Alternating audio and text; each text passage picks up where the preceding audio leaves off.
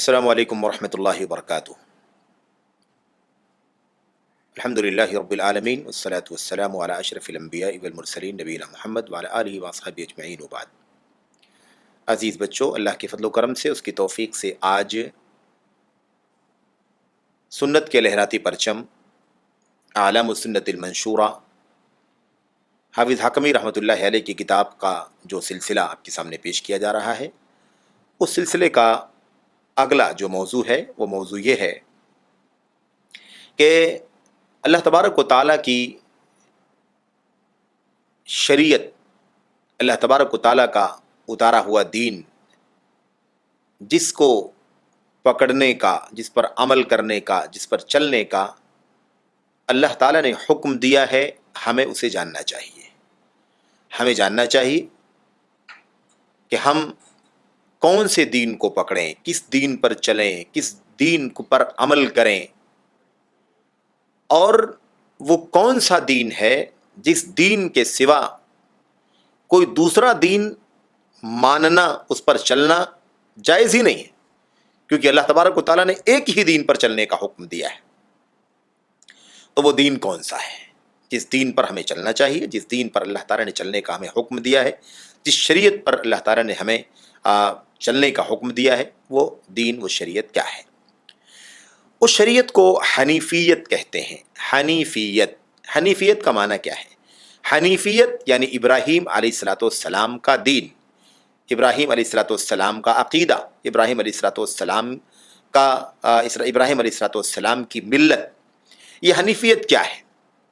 حنیفیت، حنیف کا لفظ جو ہے نا، یہ حنف سے بنا ہوا ہے، اور حنف کا مطلب ہوتا ہے مائل ہو جانا، مائل ہونا، جھک جانا۔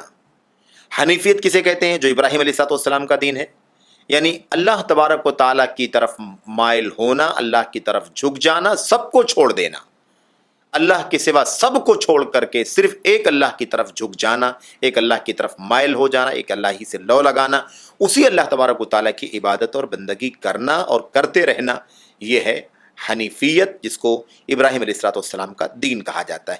یاد رکھو، اسی کا نام اسلام ہے، اسی کا نام اسلام ہے۔ اسلام کا مطلب ہوتا ہے اللہ کے تابع ہو جانا، اللہ کے ماتحت ہو جانا، اللہ تبارک و تعالیٰ کے سامنے اپنے سر کو جھکا دینا، اس کے حکم کے سامنے اپنے آپ کو جھکا دینا، یہ اللہ تبارک و تعالیٰ کے دین اسلام کا معنی، جس کو حنیفیت کہتے ہیں۔ اللہ نے اسی کا حکم دیا ہے۔ اللہ نے کس چیز کا حکم دیا ہے؟ اسی اسلام کو دین بنانے کا حکم دیا ہے، جس کو حنیفیت کہتے ہیں، ابراہیم علیہ السلام کا دین ہے۔ اللہ تعالیٰ فرماتا ہے ان الدین عند اللہ الاسلام۔ پہلی دلیل کیا ہے؟ اللہ فرماتا ہے ان الدین عند اللہ الاسلام، بے شک دین اللہ تبارک و تعالیٰ کے یہاں اسلام ہی ہے۔ دین ایکچول میں اللہ کے یہاں صرف اور صرف کون سا ہے؟ اسلام ہے، یعنی اسلام ہی دین ہے، اسی کی پیروی کرنا ہے اور کسی کی پیروی نہیں کرنا ہے۔ دوسری آیت میں، یہ سورہ آل عمران کی آیت نمبر 19 ہے، دوسری آیت میں اللہ تبارک و تعالیٰ فرماتا ہے افغیر دین اللہ یبغون افغیر دین اللہ یبغون وَلَهُ أَسْلَمَ مَنْ فِي السَّمَاوَاتِ وَالْأَرْضِ طَوْعًا وَكَرْهًا۔ یہ سورہ آل عمران کی آیت نمبر 83 ہے۔ اللہ تبارک و تعالیٰ فرماتا ہے کیا لوگ اللہ کے دین کے علاوہ کوئی اور چیز ڈھونڈتے ہیں؟ کیا اللہ کے دین کے علاوہ تلاش کرتے ہیں؟ اللہ کے دین کے علاوہ کسی دھرم کو ڈھونڈتے ہیں، چاہت کرتے ہیں، جبکہ اللہ تبارک و تعالیٰ کے سامنے جھکے ہوئے ہیں وہ سب کے سب، جو آسمانوں میں ہیں، جو زمین میں ہیں، طوعاً چاہتے ہوئے، او وکرہن اور نہ چاہتے ہوئے، یعنی ساری مخلوقات چاہے یا نہ چاہے اللہ تبارک و تعالیٰ کے سامنے جھکی ہوئی ہے۔ تو اس کے باوجود کیسے لوگ جو ہے وہ اللہ تبارک و تعالیٰ کے دین کے علاوہ دوسرا دین تو ڈھونڈتے ہیں؟ اللہ کے علاوہ، دین کے علاوہ کوئی دین، اسلام کے سوا کون سا دین تلاش کرتے ہیں اور کیوں تلاش کرتے ہیں؟ سب تو اللہ تعالیٰ کے تابع ہیں، ساری مخلوقات آسمانوں کی، زمینوں کے، اللہ ہی کے تابع ہے، چاہتی ہو یا نہ چاہتی ہو۔ اس سے معلوم پڑتا ہے کہ اللہ کے دین اسلام ہی کو فالو کرنا ہے، اسی کو ڈھونڈنا، اسی کی تلاش کرنا ہے۔ ایسے تیسری آیت میں اللہ فرماتا ہے وَمَن يَرْغَبُ عَن مِّلَّةِ إِبْرَاهِيمَ إِلَّا مَن سَفِهَ نَفْسَهُ۔ اللہ تبارک و تعالیٰ فرماتا ہے ابراہیم علیہ السلام کے دین سے وہی منہ موڑتا ہے، وہی اعراض کرتا ہے، وہی پیٹھ پھیر کر کے بھاگتا ہے جو بیوقوف ہوتا ہے، جو نادان ہوتا ہے، جو اپنے نفس کو نقصان پہنچاتا ہے وہی اللہ کے نبی ابراہیم علیہ السلام کی دین اور ان کی ملت سے منہ موڑتا ہے۔ ابراہیم علیہ السلام کی دین، اللہ کی نبی ابراہیم علیہ السلام کی ملت کیا ہے؟ اسلام، ایک اللہ کی عبادت بس، اور کسی کی عبادت نہیں۔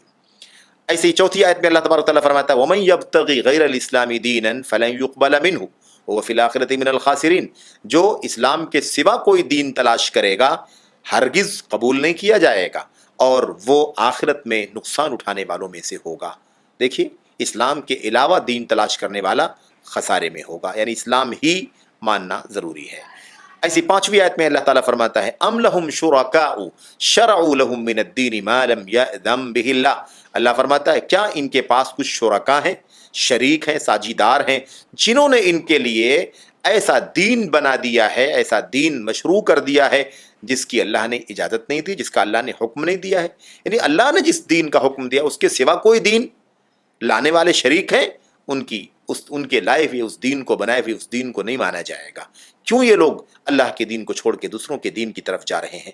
یہ چند آیتیں ہیں اور اس کے علاوہ بھی آیتیں ہیں۔